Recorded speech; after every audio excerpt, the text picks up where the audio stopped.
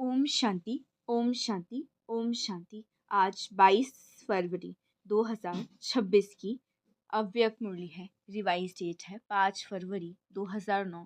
आज की अव्यक्त मुरली का शीर्षक है सेवा करते डबल लाइट स्थिति द्वारा फरिश्तेपन की अवस्था में रहो, अशरीरी बनने का अभ्यास करो। सेवा करते डबल लाइट स्थिति द्वारा फरिश्तेपन की अवस्था में रहो, अशरीरी बनने का अभ्यास करो। आज बाप दादा चारों ओर के बच्चों के 3 रूप देख रहे हैं।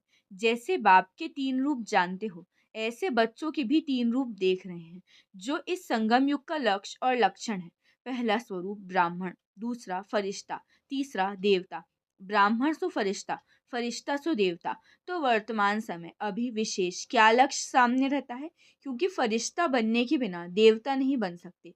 तो वर्तमान समय और स्वयं के पुरुषार्थ प्रमाण अभी लक्ष्य यही है, फरिश्ता। संगम युग का संपन्न स्वरूप फरिश्ता सो देवता बनना है। फरिश्ते की परिभाषा जानते भी हो, अर्थात पुरानी दुनिया के संबंध, संस्कार, संकल्प से हल्का हो। पुराने संस्कार सब में हल्के हों, सिर्फ अपने संस्कार, स्वभाव, संसार में हल्कापन नहीं, लेकिन फरिश्ता अर्थात सर्व के संबंध में आते, सर्व के स्वभाव, संस्कार में हल्कापन। इस हल्केपन की निशानी क्या है? वो फरिश्ता आत्मा सर्व के प्यारे होंगे।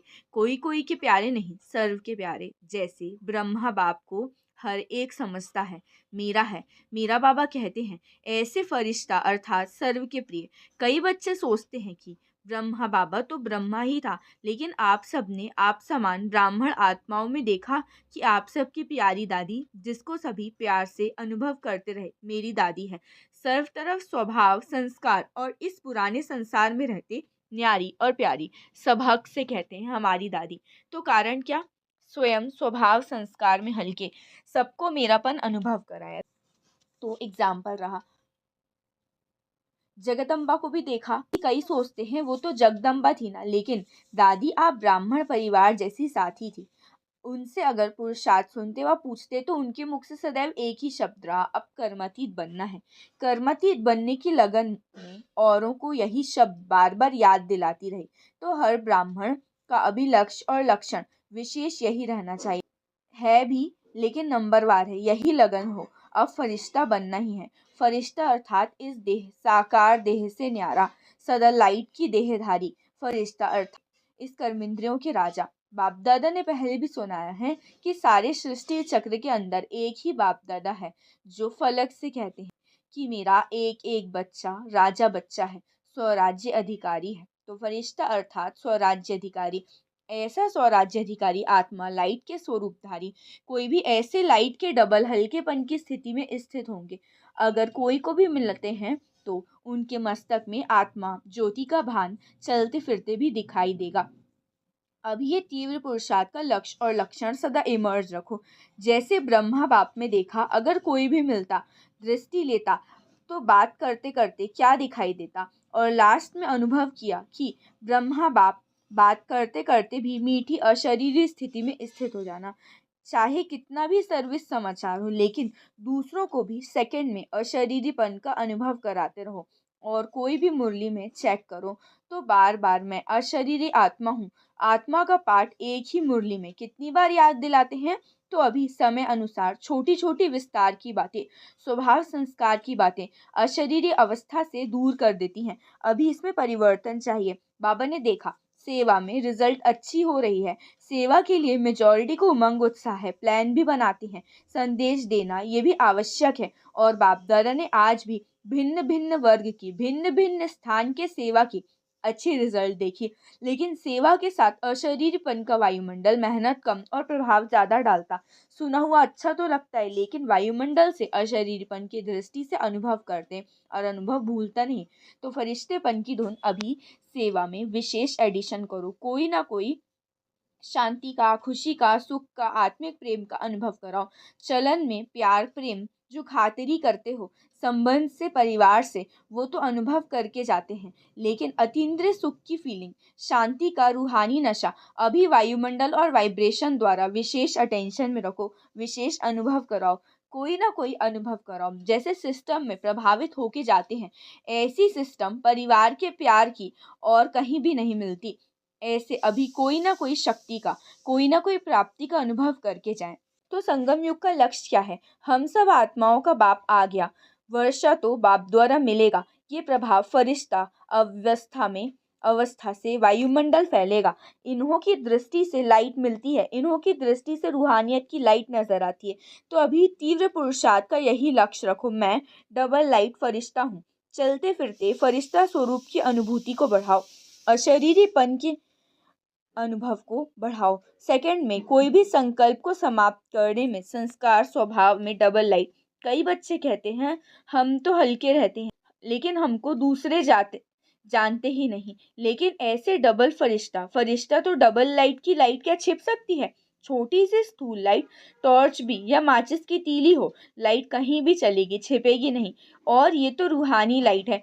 तो अपने वायुमंडल से उन्हों को अनुभव कराओ कि ये कौन है। चाहे जगदम्बा, चाहे दादी ने कहा नहीं, मुझे जानते नहीं, अपने वायुमंडल से सर्व की प्यारी रही।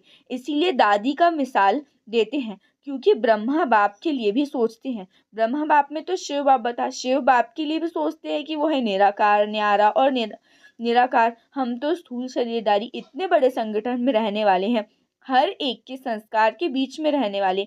संस्कार को मिलाना अर्थात फरिश्ता बनना। संस्कार को देख कई बच्चे दिल शिकस्त भी हो जाते हैं। बाबा बहुत अच्छा, ब्रह्मा बाप बहुत अच्छा, ज्ञान बहुत अच्छा, प्राप्तियां बहुत अच्छी, लेकिन संस्कार स्वभाव मिलाना अर्थात सर्व के प्यारे बनना, कोई कोई के प्यारे नहीं। क्योंकि कई बच्चे कहते ही हैं कि कोई कोई से प्यार विशेषता को देखकर भी हो जाता है। इनका भाषण बहुत अच्छा, इनमें फलानी विशेषता बहुत अच्छी है, वाणी बहुत अच्छी है, फरिश्ता बनने में विघ्न आता है। प्यार प्यारा भले बनाओ, लेकिन मैं आत्मा न्यारी हूँ। न्यारी स्टेज से प्यारा बनाओ, विशेषता से प्यारा नहीं। ये इसका गुण तो मुझे बहुत अच्छा लगता है ना, वह धारण भले करो, लेकिन इसके कारण सिर्फ प्यारा बनना वो रॉन्ग है। फरिश्ता सभी का प्यारा, हर एक कहे मेरा, अपनापन अनुभवो। ऐसी फरिश्ते अवस्था में दो चीजें डालती हैं विघ्न। एक तो देहभान, ये नेचुरल सबको होता है, 63 जन्म का फिर देहभान प्रकट होता है। और दूसरा है देह अभिमान। देहभान और देह अभिमान, ज्ञान में जितना आगे जाते हैं स्वयं के प्रति कभी देह अभिमान आ जाता है, वह अभिमान नीचे गिराता है। देह अभिमान क्या आता है? जो भी कोई विशेषता है ना, उस विशेषता के कारण अभिमान रहता है। मैं कोई कम हूँ, मेरा भाषण सबको पसंद आता है, मेरी सेवा का प्रभाव पड़ता है, कोई भी कला, मेरी हैंडलिंग बहुत अच्छी है, मेरा कोर्स कराना बहुत अच्छा है, कोई ना कोई ज्ञान में बढ़ने में यह अभिमान अपने प्रति भी आता है। दूसरे की गुड़िया कला के विशेषता प्रति भी प्यार हो जाता है, लेकिन याद कौन आएगा? देह भान ही याद आएगा ना। फलाना बुद्धि का बहुत अच्छा है, मेरी हैंडलिंग बहुत अच्छी, ये देह अभिमान। सेवा व पुरुषार्थ में आगे बढ़ने वालों को अभिमान रूप में आ जाता है। तो ये चेक करो, अभिमान वाले को अभिमान है, इसको चेक करने का साधन है। जरा भी कोई अगर अपमान हुआ ना, तो उनका विचार, राय, कला, हैंडलिंग का अपमान बहुत जल्दी महसूस होगा, अपमान महसूस होगा। उसकी सूक्ष्म निशानी क्रोध का अंश पैदा होता है, रोब। वो फरिश्ते बनने नहीं देता। तो वर्तमान समय के हिसाब से बाप दादा फिर से इशारा दे रहे हैं, अपना संगम युग का लास्ट स्वरूप फरिश्ता अब जीवन में प्रत्यक्ष करो, साकार में लाओ। फरिश्ता बनने से अशरीरी बनना बहुत सहज हो जाएगा। अपनी चेकिंग करो कि अपने विशेषता या किसी विशेषता के सूक्ष्म या विशेषता से सूक्ष्म रूप में भी कोई लगाव व अभिमान तो नहीं है। कई बच्चों की अवस्था, कोई छोटी सी बात होगी ना तो नीचे ऊपर हो जाती है, दिल खुश चेहरा खुश, उसके बजाय या तो चिंतन वाला चेहरा या चिंता वाला चेहरा हो जाता है। चलते चलते दिल शिकस्त हो जाते, दिल खुश के बजाय दिल शिकस्त। ये समझा? अब अपने संगम युग की लास्ट स्टेज फरिश्तेपन के संस्कार इमर्ज हो। जैसे ब्रह्मा बाप को देखा, फॉलो फादर करना। बात करते करते लास्ट में कई बच्चों को अनुभव है, सुनाने आए समाचार, लेकिन समाचार से परे, आवाज से परे स्थिति का अनुभव किया हुआ देखा है। कई बातों का समाचार सुनाने बहुत प्लान बनाकर आते, ये बताऊंगा, ये पूछूंगा, लेकिन सामने आते क्या बोलना था वो भूल जाते हैं। तो ये फरिश्ता अवस्था। तो आज क्या पाठ पक्का किया? मैं कौन? फरिश्ता। किसी बातों से, किसी की विशेषताओं से, वह अपनी विशेषता से, देहभान से, देहाभिमान से परे डबल लाइफ फरिश्ता, क्योंकि फरिश्ता बनने के बिना देवता का ऊंच पद नहीं मिलेगा। सतयुग में तो आ जाएंगे क्योंकि बच्चे बने हैं, वर्षा मिलेगा लेकिन श्रेष्ठ पद नहीं। जो वादा है, सदा साथ रहेंगे, साथ साथ राज्य करेंगे, तख्त पर भले नहीं बैठे लेकिन राज्य अधिकारी बने। वहां की राज्यसभा देखिए ना, जो अभी राज्यसभा के अधिकारी हैं वो तिलक और ताजधारी, राज्य का तिलक, राज्य की निशानी ताज।